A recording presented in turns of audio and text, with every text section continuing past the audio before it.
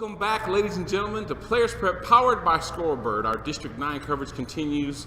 Obviously, we had to get the Beech Buccaneers on board because it wouldn't be a party unless Darren Joines was actually part of the party. So, Coach, you know, we were talking about parity off camera. Right. District 9, maybe it's because of the tenure that you guys have had here, double-digit years for almost everyone that's in the district. Right.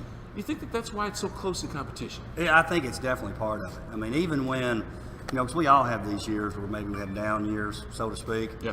But even when you match up with Gallatin or Hendersonville or Mount Juliet Station Camp, even they have a quote unquote down year, you still know they got a program. They've got a system. They're going to believe in what they're doing, and we've all been through those. So even in those years, you're still pretty competitive. I think it has a lot to do with it. I really do. Coach, this season you've been really good on the road, 6-3, and you've had a couple of road stretches where you've won every one of them, and you've got a couple of road games coming up. Right. So does being good on the road this past in the season help going into the last couple of games in the district? Well, I hope so. And, you know, with our team, we talk about this all the time, and we're pretty open about it. If you win a district road game, we always say it counts as two. Absolutely. Just because you know you can't always expect to win those. So when we won at Gallatin early in the year, we said, hey, that's two. And I think if you'll go back and look, you won't see many teams win that game at Gallatin. So that was big for us.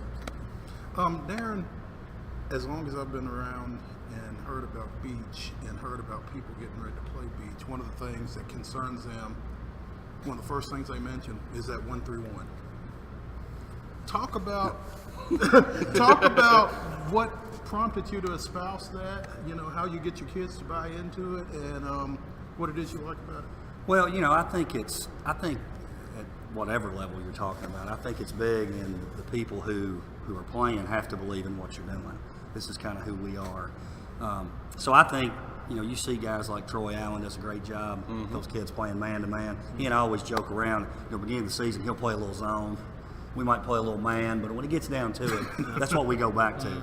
He's going to play man. We're going to play zone. Same thing with Bobby out at Gallatin. He's going to play man-to-man. So it's a belief in that system, I think, and really the way it came about was sort of an accident. I started here my first year. I'd been in the girls program here, and the girls very successful. The guy that I helped coach with the team with, Dennis Walker, great man-to-man coach, did a great job. So when I moved over to the boys program, we were going to play man-to-man. Well, I found out at that particular time, we didn't really have the athleticism to do what I wanted to man-to-man. I wanted to get up in somebody's face and really put pressure on them. So you fast forward a couple of years, and my principal at the time, Frank Cardwell, he was a high school coach. He was also a college player, played professional baseball. I was sitting down talking to him one day and said, you know, zone, we're playing a little zone, but the zone we're playing doesn't pressure people. And he said, here's something I did a little bit. Ray Mears did it back in Tennessee back in the day. He said, you can maybe be a little bit more unathletic and still put pressure on people rather than playing, you know, some of the man you see nowadays, I would even argue the man that Bobby Knight played at Indiana was really more zone. Right. Because it was more packed in. Sure. And so with us, with our 1-3-1, we're able to put some pressure on the ball. And I would argue that if you take a look at, you know, people always get scared of playing zone because folks shooting threes. Mm-hmm. If you look at three-point shooting teams, and we played Mount Juliet the other night, and they hit 12. You know, but they, put that game aside. We talked about shooting in that game. But they've had some games against man-to-man where they've hit that many. So I would argue that if you look at teams that are great three-point shooting teams, they don't necessarily hit more against us. Mm-hmm. So, and then our kids are very bought into it. They know when they come here, that's going to be the staple of what we do. It's sort of like, I would compare it to those guys that run the wing tee in football. Oh, yeah. It's different, but the teams that do it really well.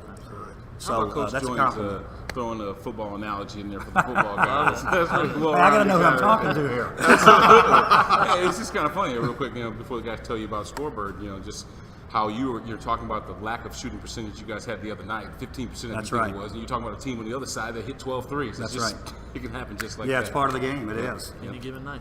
Tell everybody about Scorebird, fellas. Well, I'm telling them about Scorebird. Okay. It's a free app. You can get it either at your App Store or at your Google Play Store. It's free. It's free. Did you say it's free? You get real-time live updates from any team, any game that you want to follow, whether it be Beech or anybody else in this district, and it's up to the minute. Boom. Just like that. And we've also got a Facebook page and a Twitter page. Like our Facebook page, Players Prep. We've got all the videos on there. Follow us on Twitter. We'll have all the videos on there as well. Plus, we might throw some funny stuff about Mo or Brad up there. Who knows? I doubt it. I'm kidding.